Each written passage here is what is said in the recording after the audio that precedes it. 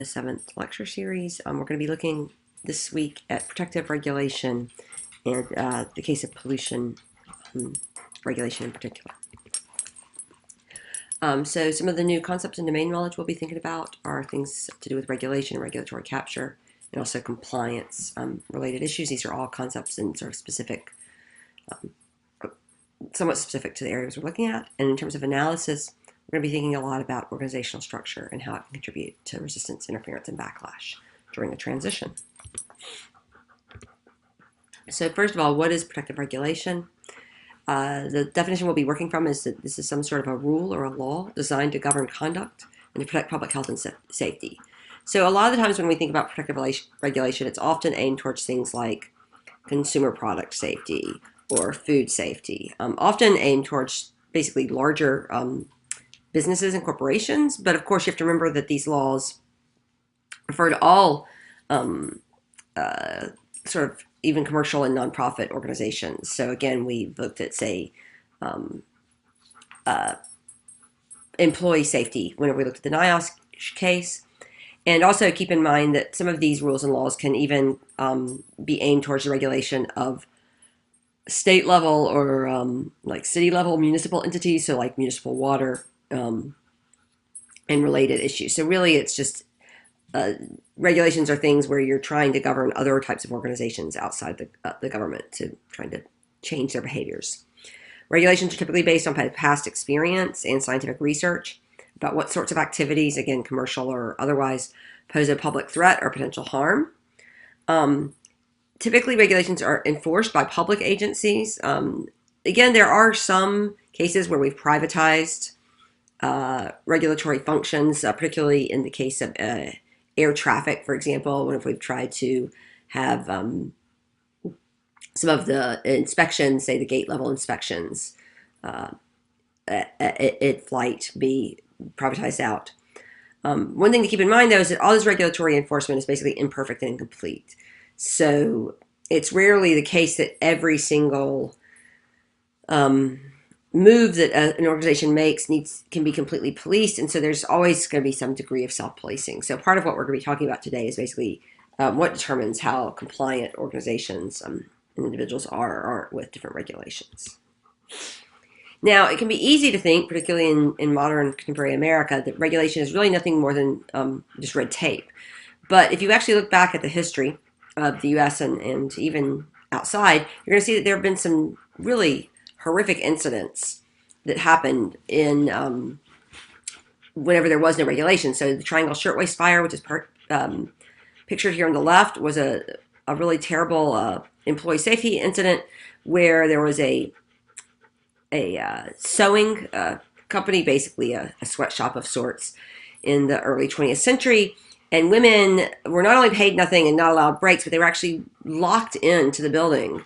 And so when there was a fire, many of the women died. It was quite tragic. There were pictures of actually women jumping out of the building on the front page news. Many of you might also be familiar with some of the issue. The image on the right is from acid rain. This was a forest that got devastated by acid rain. I believe it was in West Virginia during the 1970s and 1980s.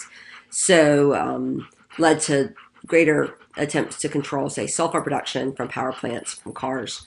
But again, these were things that, in some cases, acid rain, it was less clear what the science was behind it, but at least in the case of the fire, it was a known hazard to a lot of people inside a building. It just wasn't really a concern. The same types of things, say, happened in, if you've read The Jungle by Upton Sinclair, sort of early food safety with throwing the offal from pigs sort of into the Chicago River. So again, there have been plenty of just really horrific incidents. And again, there great literature from the late 18th, early 19th, the 19th and 20th centuries from England also about what happens in the lack of regulation.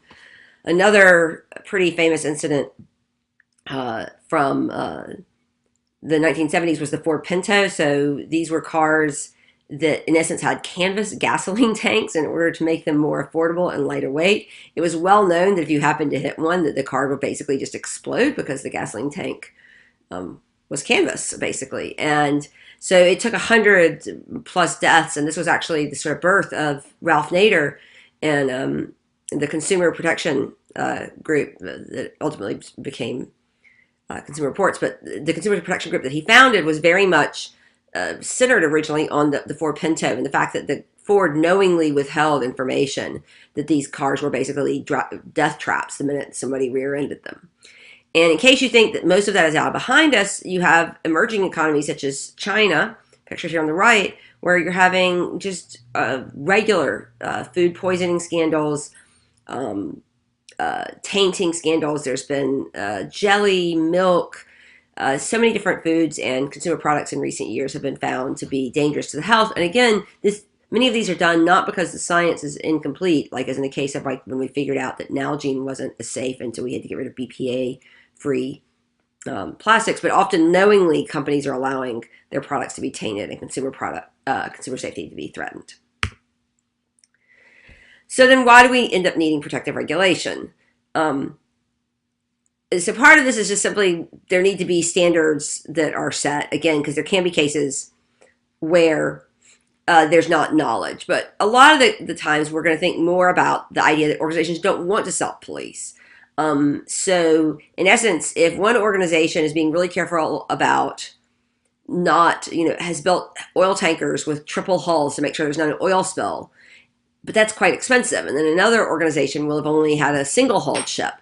And they might have more oil spills, but at least they've got basically a much cheaper way to move their oil around. So unless the company is made to pay, that builds a single hulled ship is made and held accountable for only building a single hulled ship, or is actually forced to build a triple hulled ship, then the company that tries to do the right thing is actually at a disadvantage, a competitive disadvantage compared to other companies. And in some cases, the citizens themselves may actually face these type situations where, in essence, again, they may want to be safer but may not understand why they need to pay for additional seatbelts, or may not want to pay higher taxes in order to contribute to political pollution reduction. In essence, sort of not knowing, really understanding the full consequences of these different decisions and what types of risks and threats they actually are facing themselves.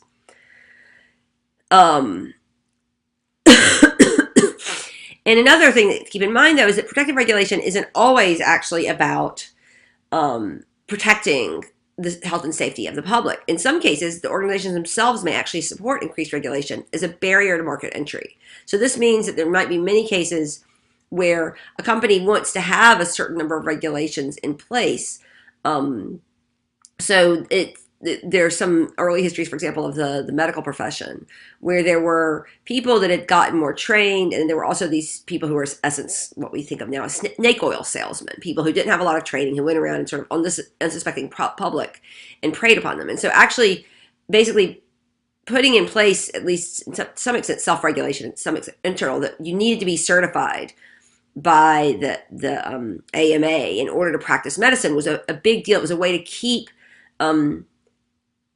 people who weren't qualified and who didn't pay the costs of enhancing the reputation of medical professionals out of a medical practice. So this happens often with other organizations. It's happened with like cable and television as an attempt to basically, again, retain oligopolies. What does regulation look like then? There are, in essence, three basic functions in the regulatory enterprise that we think of. Really four. The fourth I'll touch on a bit. So in the sort of standard regulatory enterprise, we tend to think about setting the standards, inspecting to see whether or not there's conformance with the standards, and then enforcing penalties whenever there is lack of compliance. The fourth is outside of the standard, basically compliance, sort of compliance-centered approach, but instead looks at education and training. So the idea that sometimes companies or people may not comply because they don't understand or know how to implement regulations and standards. But again, these are the three basic functions that we tend to think of across the regulatory enterprise, regardless of how it is. The basic establishment then will typically look like something like this. There'll be some the government will have some sort of regulatory agency under it, which will typically be involved in some degree of rule setting as well as inspection and enforcement, though admittedly, at least in the U.S., we'll often have a case where there's a regulatory agency such as the EPA, but a lot of the actual inspection and enforcement will be done at the state level because we actually have multi-level organizations. But for now, we're going to sort of elide past that difference and just sort of say regulatory agency. It's a little bit misleading, but we're going to go with that. And there's inspectors that are working there. Now, in essence, in this sort of standard setting and steps, you'll often get citizens involved, but not so much with the inspection and enforcement related steps. And to some extent, they'll sometimes even be left out of the standard setting. But of course, obviously, the sort of, if you will, the target population here for the desired impacts of regulation are to some extent often aimed at the citizens. But meanwhile, most of the interaction itself, both in all the sort of phases of the regulatory enterprise, tend to be focused more on the regulated industry, or again, as I pointed out before, in some cases there can be other organizations, not just an industry, but again, it could be like water, the municipal water organization, or state departments of transportation are also regulated by federal agencies in the U.S. So I'm not going to go over this in detail, but look back at some of the earlier discussions we had about alignment of impacts and outcomes. Part of what we can see from our previous slide is that we're often going to have somewhat of the systems are not completely aligned because we've got these different target populations of impacts and outcomes, and because we'll often have some establishment members being passive within the existing enterprise. So that's one thing just to keep in mind as you're doing some analysis of this, is that just from the basic setup of the regulatory enterprise and establishment, we can already see that we have not a completely aligned system, and there will potentially be impacts of that and symptoms of that we might want to think about. And the big one that I want to mention here is the concept of interest group capture. What it in essence means is the idea that when you've got an unbalanced system, whenever people that have interests are not activated within the daily routines of the system, one side can sort of capture and sway the interests of the organization to their side. So you can actually, in the case of, say, regulation, have, say, former power company executives ending up being the people who are on the regulatory board setting the standards. And then maybe they go back later to work at the power company. And the same might occur with, again, any like utility type regulation. It's often the case that you have this revolving door almost of people who work first at the company and then the regulatory agency, and have what we tend to call in the political science literature captured those interests. So again, part of this is that informally, a lot of the actual inspection enforcement steps tend to take place without any citizen involvement. And you can see here that the regulated industry has this, the regulatory agency is not in a sort of real brokerage position getting to manage that relationship. Instead, what you have is the regulated industry having pretty strong power potentially over the inspectors. And one thing to keep in mind is that one of the ways that there's often an attempt to sort of exert some control over this is trying to rely as much as possible on research and expertise. So another way to try to exert control over this capture is going to be through the by the book approach, which Bardock and Kay can talk about in your week's readings. So just keep in mind, again, the sort of background of these basic sort of informal enterprises, that there's going to be, in essence, a struggle between the regulated industry and the inspectors. We would expect that. And that one of the ways we could try to get some leverage on it is through research or expertise, but often the regulated industry is actually driving that research, and thus, again, recapturing the standard setting in particular can be captured that way. And also that the only way for inspectors to start to get any type of leverage is going to typically be through, or sort of authority in that situation, because of the nature of the setup, is going to typically be through either expertise or through by the book type activity. So again, just to re-show you what regulatory capture looks like, is that basically is when you have missing stakeholders.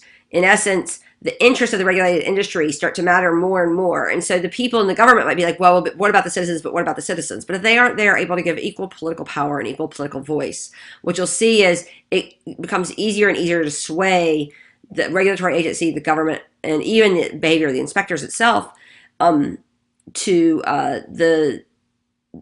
the concerns of the group that's being regulated.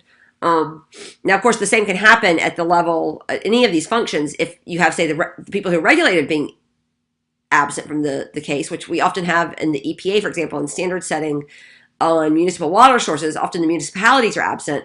The citizens are actually present in that regulation, so you'll actually get bad decisions that don't reflect the concerns of the regulated municipalities. So again, anytime you have missing stakeholders, you can have regulatory capture. Another term, when we aren't using regulatory capture, that we might think of in other contexts would actually be something like corruption. So this is sort of the capture is a little bit less, a little bit more benign, I guess one would say, than an outright sort of idea of corruption is more like you're paying people off. Whereas capture is more like you're sort of, in essence, shaping the worldviews in a more subtle way without direct observable corruption in the sense if we think of actually buying people off.